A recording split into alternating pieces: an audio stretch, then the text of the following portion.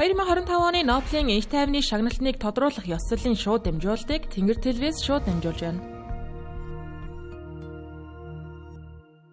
Олон сонголтоос ондоо чиний бат. Дуусгайцгүй дуу хоолойгоо түгэ дугаар 6655 тултлан хийгчний Unlimited Code.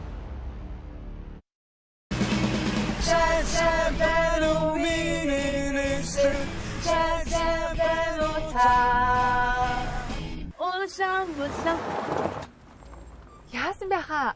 Өргөжлөлөө дуулъя л та. Дата ч дууссан юм шүү дээ. За бай. Дараа уулзъя. Ахын жамдаг сайхан юм сонсох уу? Ангад унгээ сонсч бай. Галзуу сонголт 100 ГБ дата. Нэмээд бүх сүлжээнд хязгааргүй яриа. Ердөө 15,000 төгрөг. Ондоо чиний тал. Миний ам цангатай хамгийн эрүүл сонголт бол өсөх наснд өдөрт нэг аяг суух нь юугаарч орлуулшгүй хамгийн сайн шимт хичээл юм. Ээжээ бисүй. 2025 оны Нобелийн энх тайвны шагналтныг тодруулах ёслолын шууд дамжуулалтыг Тэнгэр телевиз шууд дамжуулж байна.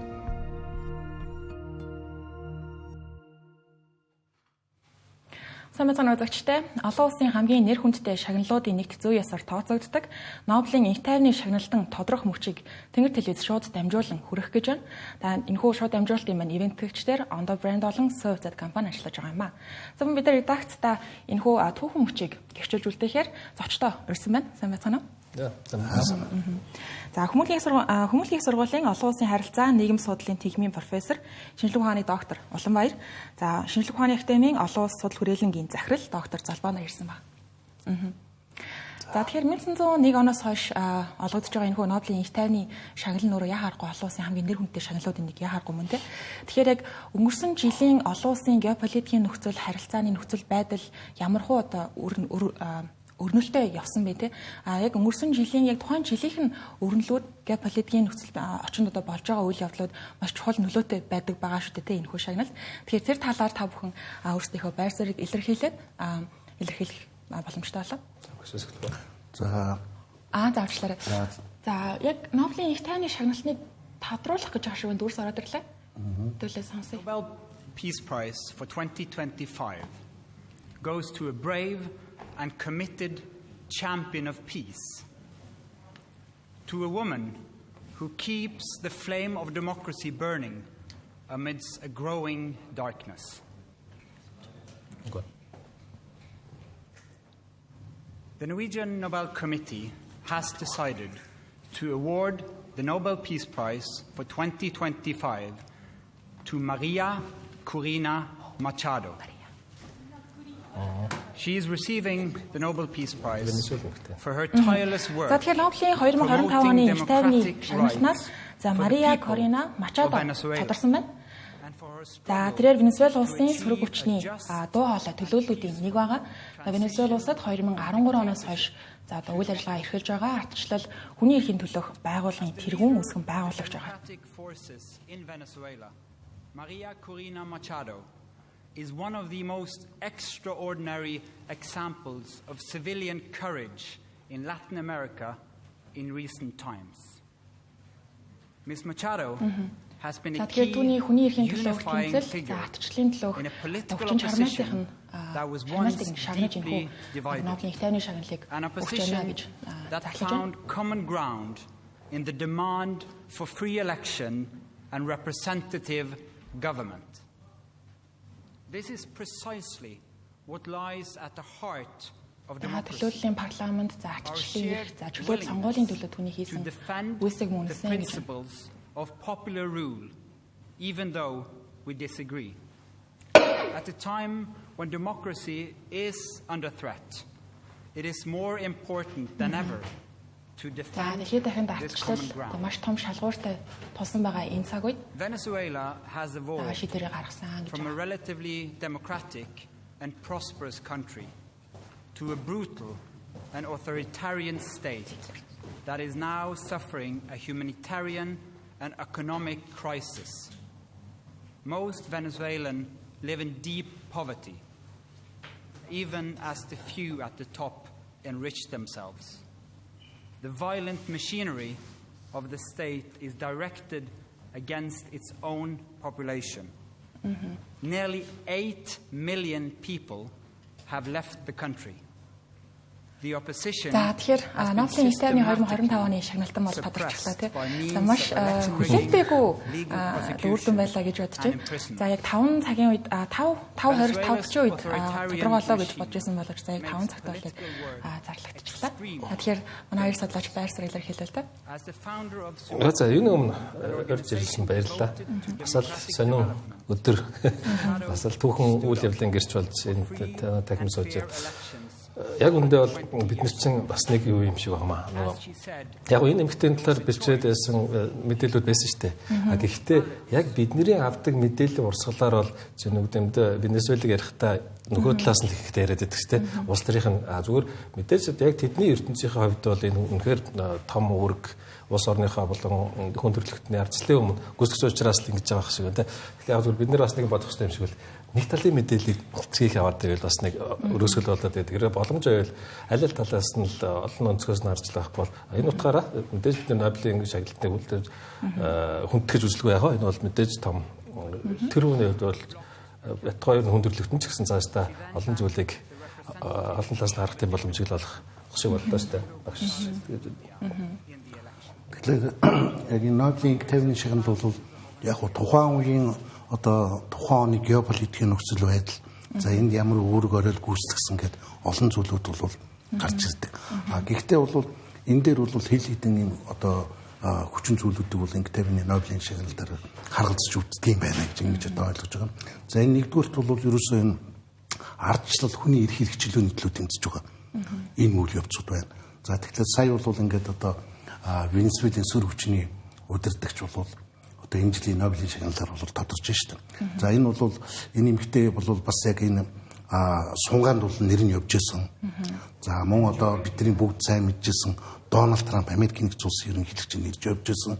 Дональд Трамп бол өөрөө бүр нэгдсэн үндэсний байгууллагын ерөнхий ассамблеийн санал шүүмжлэлт үгээлэгтэй бол баг өөрийгөө одоо Нобелийн шагналаад авах юм одоо баг шалгуур хангасан шахуу ийм одоо байр суурийг илэрхийлж исэн. Нөгөө нэг зүйл бол ерөөсөө ингээм улс төрийн ингээм аюулгүй байдлын төлөө одоо маш их том хүчин зүтгэл гаргасан ийм хүмүүсүүд бол бас шагнадаг. За энэ дээрээс ингээд бид нар бол ингээд өнгөрсөн түүхийг аваад үзэхлээр бол яг одоо анхны одоо Нобелийн ингээмны шагналыг бол 1901 онд одоо хүмүүнлийн тусламж өөрөөр хэлбэл улаан загалмайн одоо олон улсын улаан загалмайн үнд суурийг тавьсан Хенри Дунант гэж одоо ийм хүн бол анхны ингээмны Нобелийн шагналыг за нөгөөх нь бол олон улсын одоо парламентын холбооны үнд суурийг тавьсан Фридрих Пасса гэдэг энэ хоёр хүн бол одоо анхны ингээмны Нобелийн шагналыг авч ирсэн. За энэний дараа бол ингээд Орос Японы дайныг одоо энхийн зуучгаар бол одоо зуучсныхаа төлөө 1906 онд Америкийн нэгдсэн улсын ерөнхийлөгч Теодор Рузвельт яг одоо албан тушаалаа хашиж байхдаа одоо ингээмны Нобелийн шагналыг авч ирсэн. За нөгөөх нь бол Америкийн нэгдсэн улсын ерөнхийлөгч Вудро Вилсон 1919 онд дэлхийн 1-р дайн дууссаны үр дүнд үндэстнүүдийн холбоо гэж одоо нэгдсэн үндэсний байгууллагын өмнөх олон улсын ингээм аюулгүй байдлын байгууллага энэ байгууллагыг санаачилсныхаа төлөө бол одоо жишээлх юм бол Вудро Вилсон 1919 онд ингээмны Нобелийн шагналыг авч ирсэн. Энэ бол одоо дэлхийн 1-р дайны тэр олон одоо энэ дайныг одоо дуусгаж ингээм аюулгүй байдлын маш том санаачлах гаргаж ирсэн. За мөн одоо геолог гэдэг одоо Америкийн нэгдсэн улсын төрийн нарийн бичгийн дарга 1919 онд ингээмны Нобелийн шагналыг авч ирлаа. За 1945 онд бол Америкийн нэгдсэн улсын төрийн нарийн бичгийн дарга Кордел Харт гэж.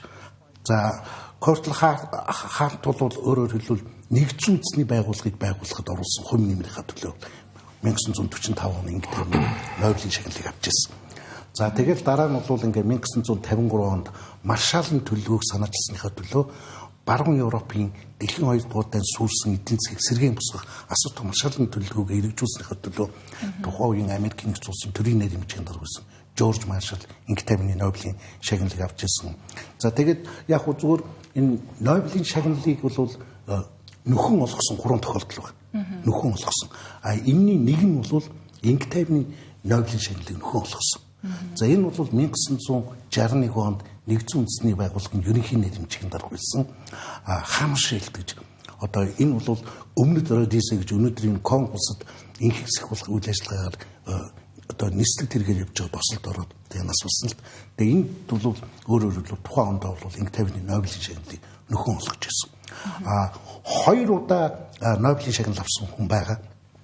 За энэ бол одоо 1954 онд химийн салбарт Нобелийн шагнал авсан Инк тайвны төлөө тэмцэгч одоо Linus гэдэг одоо Америкийн зүтгэлтэн байж байгаа. За энэ хүн 1962 онд 2 дахь Нобелийн шагнал авахдаа Инк тайвны Нобелийн шагналыг авчихсан байгаа байхгүй.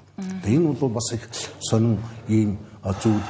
Тэгээд одоо Америкийн нэгдсэн улсын ерөнхийлөгч Жимми Картер Инк тайвны төлөө Орсын зөвлөлт толгойд улсын үед бол 1975 онд бол цөмийн одоо ус төрөгчийн бөмбөгийг зохиосон Оросын зөвлөлт толгойд улсын ус төрөгчийн одоо гол эцэг гэж ярьдаг хүний эрхийн төлөө тэмцэж Андрей Сахаров бол одоо Инк тайвны Нобелийн шагналыг 1975 онд авч ирсэн.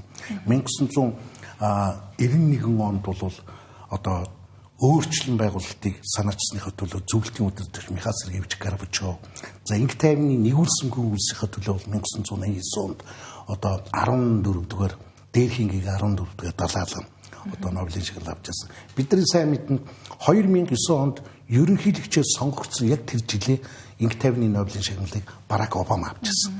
Энэ яасан бэ гэхээр анх удаа хийгээгүй ажлыг урьдчилж одоо Нобелийн шагнал өгсөн гэж тухайн үед ярьжсэн. Яг гэвэл Барак Обама бол ерөнхийлөгчөөр сонгогдоод энэ Иракийн дай, Афганистаны дайныг бол одоо төгсгөл болгоно гэж ингэж одоо төрүүлчихсэн.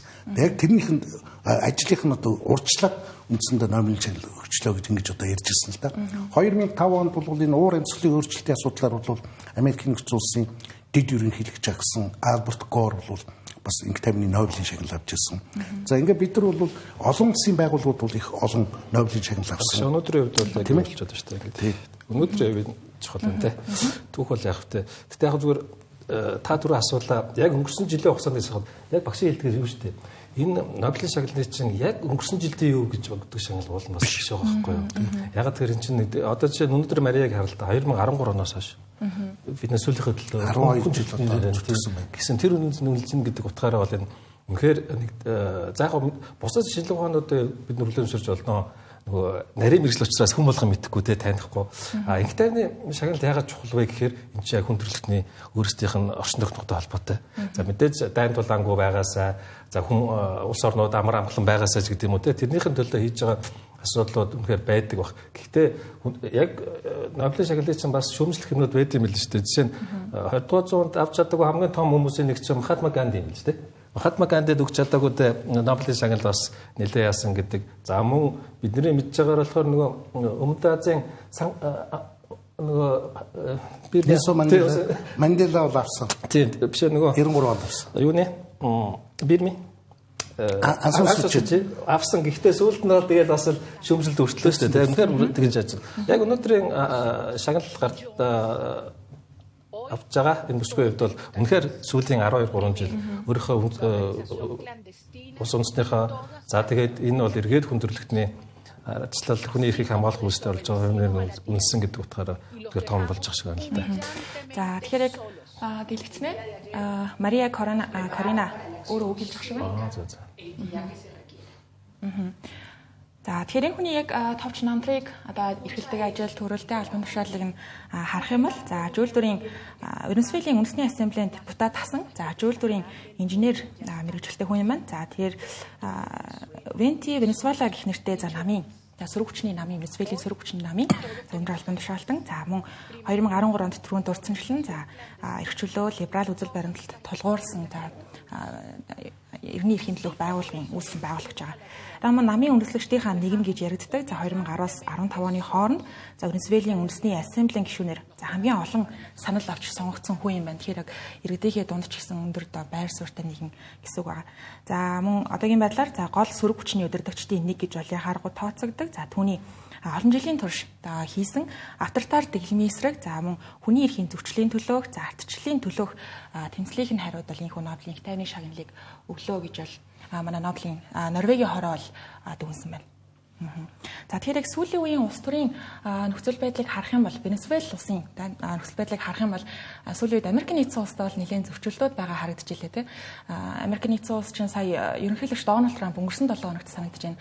Венесуэл улсын улсаас гаралтай одоо харт тамхины 8-ачдын картелуудын эсрэг албан ёсоор дайн зарлаа гэд тунхаглал болон өөрө гарын үсгээд зурчихсан байгаа.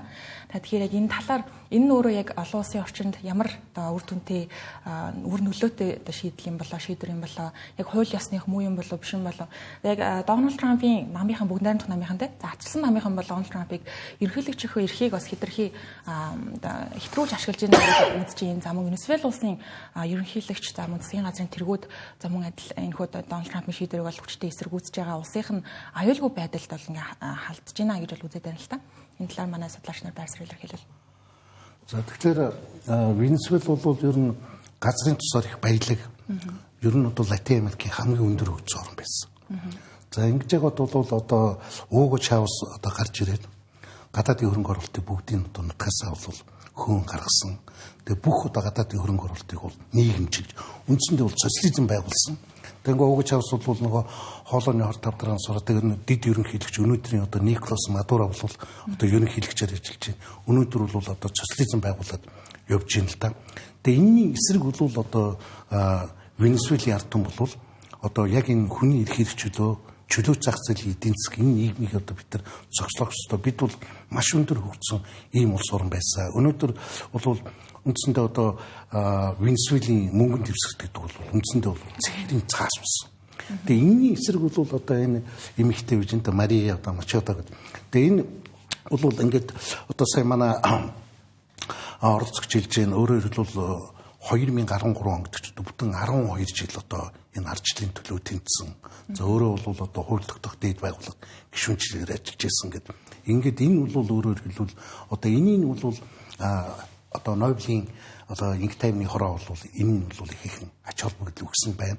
Тэгээд сая бол өөрөө хэлдэг яхаарахгүй ингээд сүүлийн өдрүүдэд бол Америкийн нэгдсэн улс Венесуэлийн харилцаа бол нэлээд хурцж байгаа. Түгэж авахгүй Америкийн нэгдсэн улс бол одоо Венесуэлд ер нь бол агаарын цохилт өөх ийм одоо томоохон цэргийн хүчийг бол бөөгнөрлсөн. Тэгээд хамгийн гол нь бол Америкт л энэ хар тамхи бол хамгийн гол бол энэ Төв Америк, Латин Америкээс бол их хэмжээгээр болж ирж байгаа. Энэ том одоо энэ картел одоо хар тамхины энэ юутай бол одоо Дональд Трамп бол дайн зарлага мэдгдсэн. Энэ бол одоо Америкийн үндэсний аюулгүй байдлын асуудал юм аа гэж. Тийм учраас бол яг хуу тэр юуг бол цохилт өгсөн шүү дээ. Хуулийг онгоцон дээр.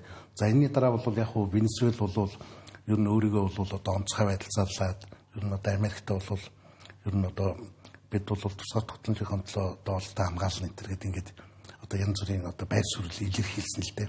Гэхдээ одоо бол ер нь Америк бол яг энэ Карибын тэнгист томоохон цэргийн одоо хүчийг бол төвлөрүүлсэн байж байна. За яг хуу сая өнгөрсөн 7 хоногт бол Венесуэл бол нэг жижиг хэмжээний яг хуу хээрийн сургуулилт хийж байна. За гэхдээ ер нь бол энэ хоёр орны бол харилцаа бол одоо маш хүнд болсон. За Америкийн нэгдсэн улс бол ер нь одоо сөрөг хүчний энэ өдөртөгчдийг бол бүрэн дэмждэг. Энэ бол одоо Америкийн нэгдсэн улсын гадаад бодлогын бас нэг хэсгэлдээ ардчлалын төлөө тэмцэж байгаа хүмүүсүүдийг дэмждэг. Тийм учраас бол одоо энэ хэн за Мария ингээд сонгогдсон дараа яг одоо Венесуэлийн засгийн газар ямар одоо санкц үзүүлэх үед бол миний хувьд их сонирхол татаад байна л да. Тийм. Санкц гайгүй л үү. Би бол энэ гайгүй. Гэтэ мэдээж нөгөө барууны ертөнцөөс дэмжиж байгаа гэдэг нь одоо ойлгомжтой. Яг нөгөө таны дөрөвний асуудаг юм дээр Трамп ерөнхийлөгчийг шүүмжлэх юм байж болно аргагүй шүү дээ. Тэр нөгөө бусдын дотоод хэрэгт оролцож байгаа юм шиг харагдаж байгаа. А гэхдээ нөгөө өнцгөөс нь харуул их гүрний удирдагч гэдэг бол зөвхөн за яг хөө мэдээж нөгөө харт амхин хэтэрхий зах зээл дотоод нь ороод байгаа гэж байгаа боловч зөвхөн хил доторх амгалан тайван байдал бодох хэмжээнд байдгүй юм байна л да. Их гүрний удирдагч бол бусад улс орнууд жишээ нь бүс нутаг за Венесуэлийг бараг бүс нутаг гэж ярих байлгүй дээ. Тэр бүс нутагтаа нөлөөлж байгаа улсуудын дэс ирж болох сөрөг гэдэг юм уу улс орныхын их хашаад нийцэхгүй юмыг зохицуулах нь бол их гүрнүүдийн удирдагч нарын бас нэг өөрсдийнх нь үүрэг гэж ойлгодог.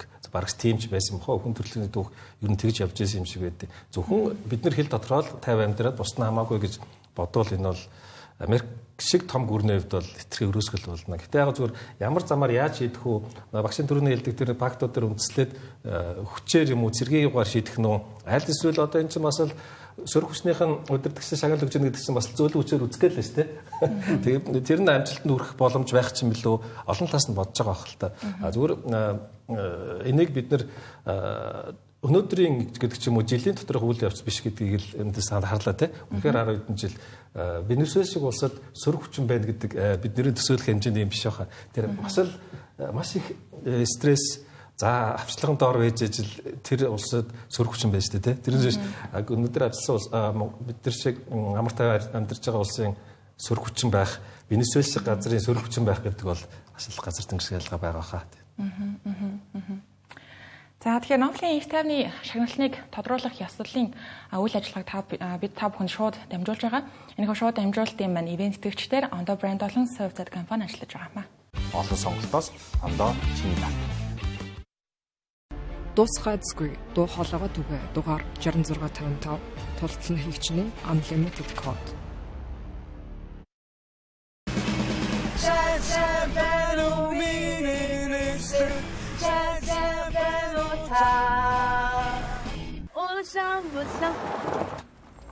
Яасан бэ хаа? Үргэлжлүүлээ дуулъя л та. Дата чинь дууссан юм шүү дээ. За бай. Дараа уулзъя. Ахын жамдаг сайхан юм сонсох уу? Ангад унгээ сонсч бай. Галзуу сонголт 100 ГБ дата нэмээд бүх сүлжээн хязгааргүй яриа. Ердөө 15,000 төгрөг. Ондоо чиний тал. Нобелийн шагналын эцдэг зарлах ёслолын шууд дамжуулалтын ивент итгэгч Ондоо брэнд. Эжэмний ам цангатай Хамгийн эрүүл сонголт бол өсвөх наснд өдөрт нэг аяга суу уух нь юугаарч орлуулшгүй хамгийн сайн шимт хичээл юм. Эжэ бисүй. Нобелийн шагналын эцдэг зарлах ёслолын шууд дамжуулалтын ивент итгэгч Сүү вебсайт компани. 2025 оны Нобелийн их тайвны шагналыг тодруулах ёслолын шууд дамжуулалтыг Тэнгэр телевиз шууд дамжуулж байна.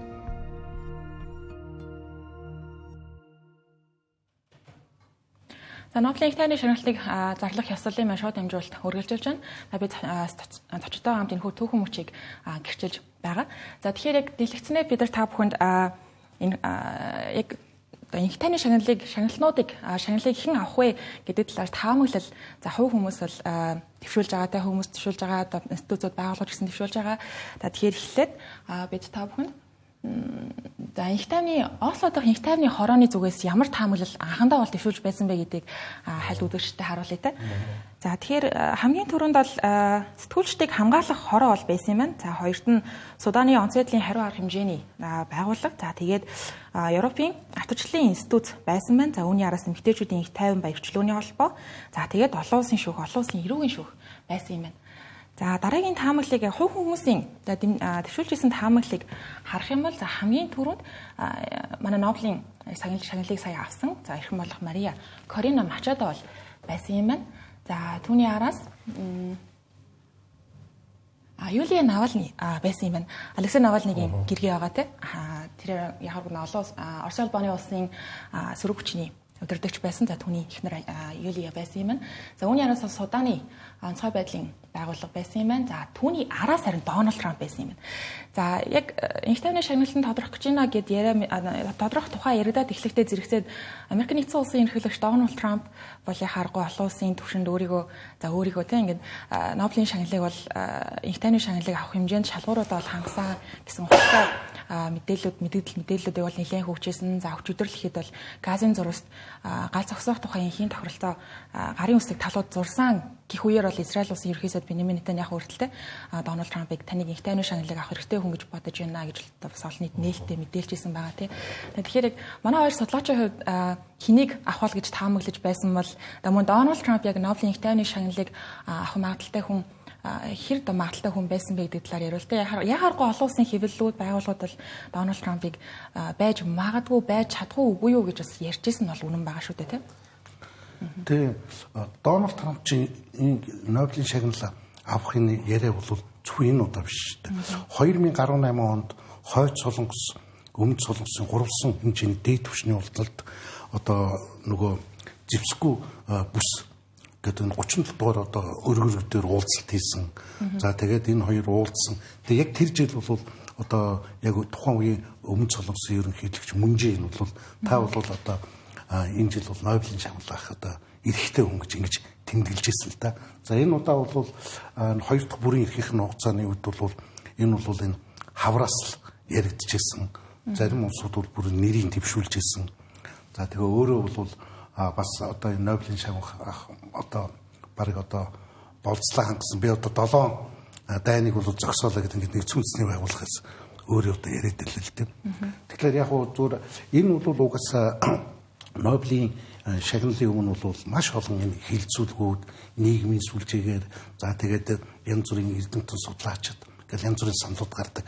Би бол зүгээр миний хувьд бол юу гэж бодож байсан гэхээр би олон улсын байгууллагаас л Нобелийн 50-ны шагнал авах магадaltaй байсан болов ялангуяа Стокгольмын 50-ны институтч байж магадгүй юм шиг над эсвэл нэгдсэн үндэсний байгууллага аль нэг системийн байгууллагууд түрүүний нэг олон улсын шүүх гэдэг ч юм уу те ийм юмнууд байх магадлал аль хэр байсан болтой гэсэн шиг юм бодож байсан. Тэгээ яг Нобелийн 50-ны хороо бол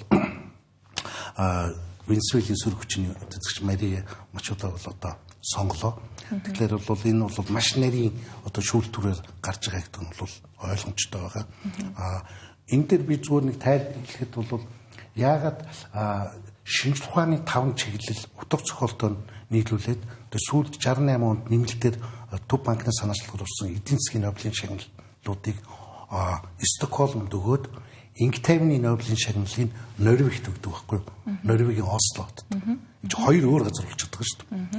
За энэ бол ямар учиртай байна вэ гэхээр яг 1901 онд Нобелийн Инг 50-ны анхны шагналыг түрүүн хэлсэн улаан загалмын нийгэм үндэслэгч Хенри Дунант тэгээд олон улсын парламентын холбооны үнд сүрийг тавьсан Фридрих Пасс гэдэг энэ хоёрыг бол 1901 онд бол Ослод өгсөн. Яагаад өгсөн бэ гэхээр тухайн үед бол Норвег бол Шведийн бүрэлдэхүүн байсан байхгүй юу? Тийм учраас бол одоо тийм тэгээ энэ уламжлаа бол хадгалаад өнөөдрийг хүрээдсэн. Ийм одоо учиртай юм байна гэдгийг бол одоо нэмж хэлье да. За миний хувьд бол яг хувь судлаач зүгээр харж байгаад яг өнөөдрийн шагналыг үнэхээр аавна гэдэг нь бол би тааж чадаагүй. Надад бол тийм багш шиг тийм юм болоо гэсэн нөгөө морь уйдж байгаа юм шиг тийм бодол надад ерөөсө төрөөгүй маа. Би ч одоо жоо холдчихжээ. Хоёрт гэвэл Дональд Трампыг авахгүй гэдэг дээр харин багштай саналтай гэсэн. Энд ягаад гэвэл энэ чинь өчигдрийн тэр газар зургийн асуудал шийдэгдгээс өмнө сонголт хийгдсэн байгаа. Хоёрт гэвэл уул нь бол мэдээж улс төрч хүн юу гэж хэлэх нь бол тэр хүний л асуудал. Би өөрөө аавна гэж хэлэхээр авчдаг хүн хин нэг нь өгнөхээр өгчдөг юм биш баха энэ шагнал бол зүгээр мэдээж өнөөдөр бид нэр харж лээ үнэхээр газар зураас намжуул байдалд ороод за тэгээд дээр нь Украин Оросын асуудал шийдэгчүүл харин зүгээр дараа жилийн үдээд бид нэр за Трамп авалгүй яах вэ гэж сууж магадгүй тийм. Тэрээс яг үнэхээр надад тийм бол байгаагүй. Түрүүний юун дээр хэлэхэд багш дээр нэг зам зүгээр сонирхолтой хэлж байгаа олон улсын химийн зэвсгийг хориглох байгууллагын Нүбийн харьяаха тэр байгууллагын багаараа шагнагдахад 2013 онд хаа.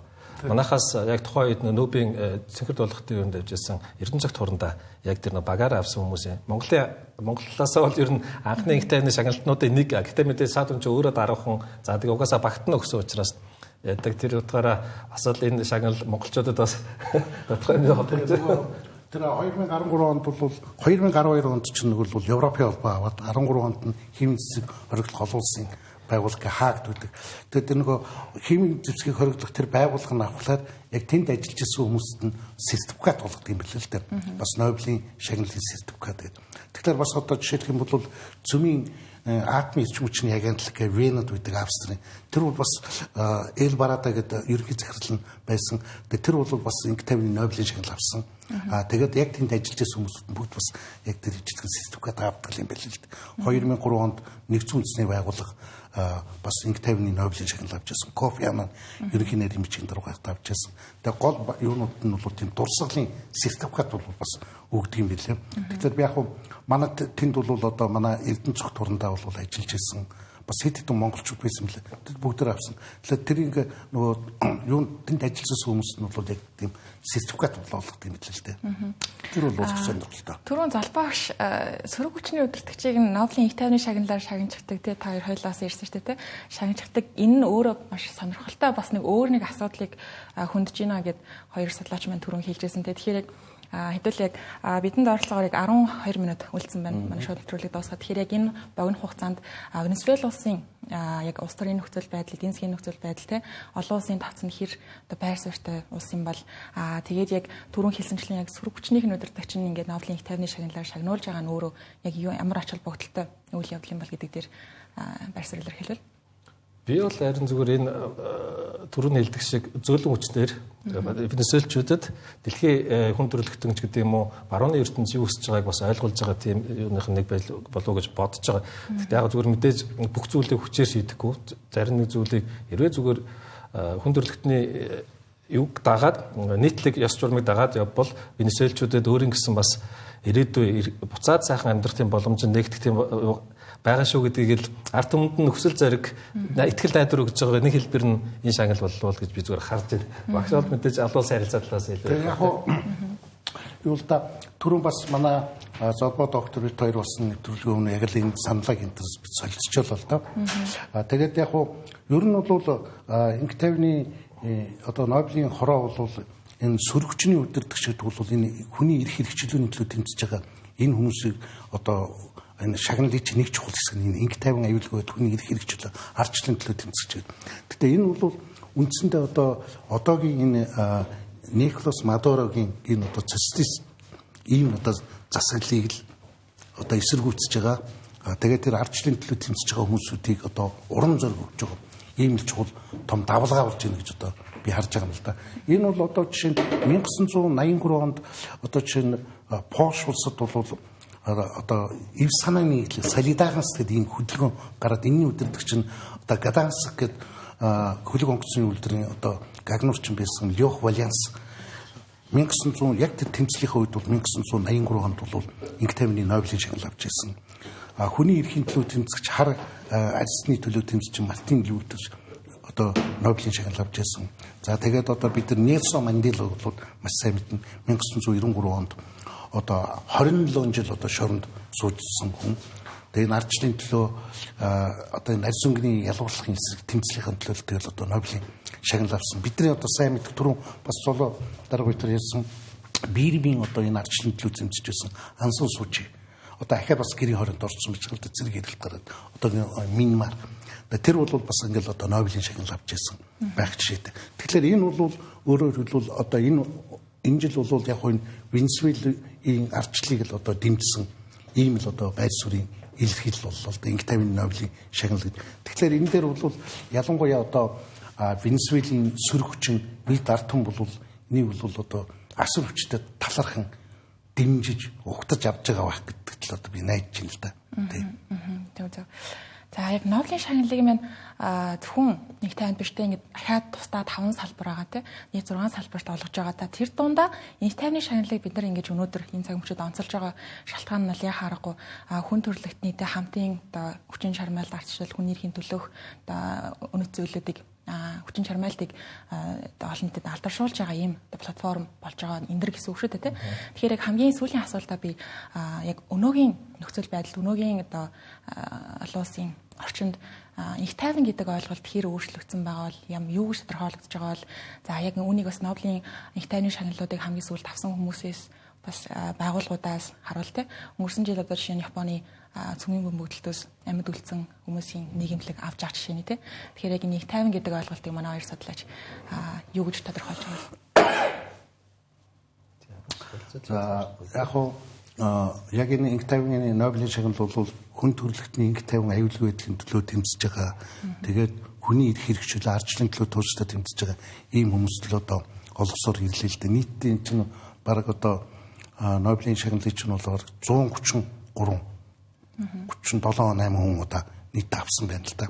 Гэхдээ энэ бол хүн төрөлхтнүүх нь маш том одоо эргэлт хийх одоо хувь нэмэр оруулсан юм хүмүүсүүд. Тэгэхээр Латин Америк бол өнөөдөр одоо их ер нь бол Латин Америк бол зүүн төвийн үзэл бол маш их хүчтэй ийм одоо бүс нутаг. Одоо энэ нь бол одоо яг хамгийн одоо яг социализм байгуулах энэ үйл явцыг хэрэгжүүлж байгаа одоо энэ Николас Мадурогийн одоо засаглал байж байна л да. За энэ ардчлалын эсрэг бол маш хүчтэй нухчин тарж байна. За маш олон одоо хөдөлгөөнүүд бол өрнөсөн. Тэгээ энэ дээр бол одоо энэ бүс нутагт ардчлалын одоо гол бэлэг тэмдэг болгож ингэж л одоо Нобелийн хороо бол энэ одоо ардчлалын төлөө Венесуэлийн дуу хоолой болсон энэ эмэгтэйг бол сонгож байна гэдэг нь бол энэ маш том одоо Латин Америкт бол ардчлал хүний эрх хэрэгжүүлэх ардчлалыг одоо хөгжүүлэхэд бол их том мессеж одоо өгч байна л гэж ингэж харагдаж байна л да. Би танихтай нэмбэл нэг юу нэмэр байна. Жишээ нь мэдээж дэлхийд даяараа их тайван байна гэдэг бол мэдээж энэ бол ерөнхий ойлголт. Тэрний дараа бүс нутагт за тэр тусмаа улс оронд их тайван байж дараа бүс нутагтаа нөлөөлж глобалын өндөрөх боолоо гэж штэ. Тэр утгаараа одоо яг энэ их хурцдмал байдал за одоо шийдэх олон асуудлууд байгаа энэ үед сөрөг хүчний удирдагчийн дэмжинэ гэдэг бол барууны зүгээс хийж байгаа маш том тоглолттой. Мэдээж уул нь бол мэдээж Венесуэл сонгуул болдгоо ш болдог штэ. А гэхдээ мэдээж сүүлийн хэдэн жил бол угаасаа л нөгөөлөлтөй бүгдээрээ гарцсан. За хэрвээ яг бидний өнөөдрийг харж байгаа таны түрүүний асуултанд гарч ирсэн юу вэ штэ нөгөө Трампын бодлогоор Америкийн цэрэг энэ улсын дотоод хэрэгт оролцсон юм уу? Аливаа зүйлийг хатуу хүчээр шийдэхээр оролдохоос өмнө хамгийн байдлаар дотоодоо өөрсдөө шийдвэр гаргах тэр хэмжээнд байж чадхаар тийм үр дүнг өнөөдрийн шагналын эзэн авчрахаа л гэж би зүгээр бодож байна да. За зочдтой судлаач нартай маш их баярлалаа. Бидэнтэй Хүмүүлийн их сургуулийн олон улсын харилцаа нийгэм судлалын техникийн профессор, шинжилгээ ухааны доктор Уланбаяр, за шинжилгээ ухааны академийн олон улс судлалын хүрээлэнгийн захирал доктор Залбаа нар хамт байлаа. Маш их баярлалаа. Баярлалаа. За тэгэхээр Тэнгэр телевизийн Нобелийн 2025 оны шагналнуудыг тодруулах ёсол маань үргэлжилж байгаа.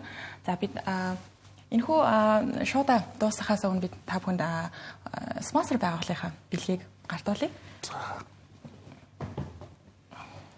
Оо за яна. Зүгээр юм дарчаад бодож болт юм болоо энэ чадаад. Их том заа баярлалаа. За. За мөн Софтвер компани зүгээс манай Нобелийн их тайны шагналыг тодруулах ёслолыг манай спонсорлож та дэмжиж оролцож байгаа. За баярлалаа. За үзэгчтэй Нобелийн их тайвны шагналтан 2025 оны шагналтан тодорлоо. За Венесуэл улсын сөрөг хүчний удирдагч Мария Кихун тодорсон байна. За тэрээр 10 гаруй жилийн турш Венесуэл улсын ардчлал, хүний эрх, чөлөөт сонгуулийн төлөө, чөлөөт эдийн засгийн төлөө тууштай ажилласан активист улс төрч хүн байгаа юм. Мөн студиудад бид нар судлаач нартай хамт та бүхэнд за энэ хүү түүхэн мөчийг гэрчилж үлдээсэн байгаа. За даваа гарагт Нобелийн эдийн засгийн салбарын шагналтан тодорхойлно. Тэр үеэр эрг олцъя.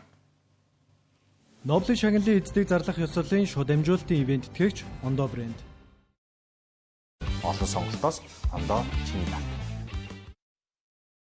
Дуусгайцгүй дуу хоолойгоо түгэ дугаар 6655 тултлан хийгчний unlimited code.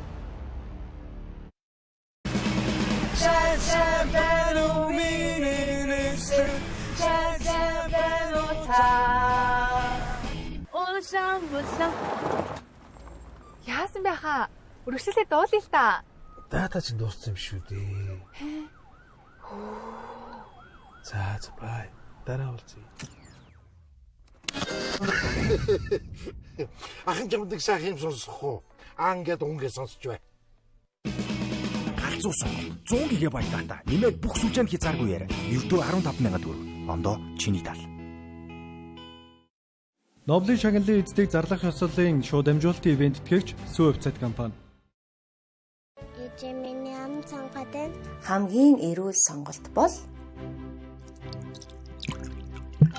өсөх наснд өдөрт нэг аяг суух нь юугаарч орлуулшгүй хамгийн сайн шимт хичээл юм.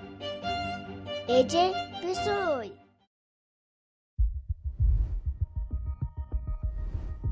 2025 оны Нобелийн энх тайвны шагналтныг тодруулах ёслолын шууд дамжуулалтыг Тэнгэр телевиз шууд дамжуулж байна.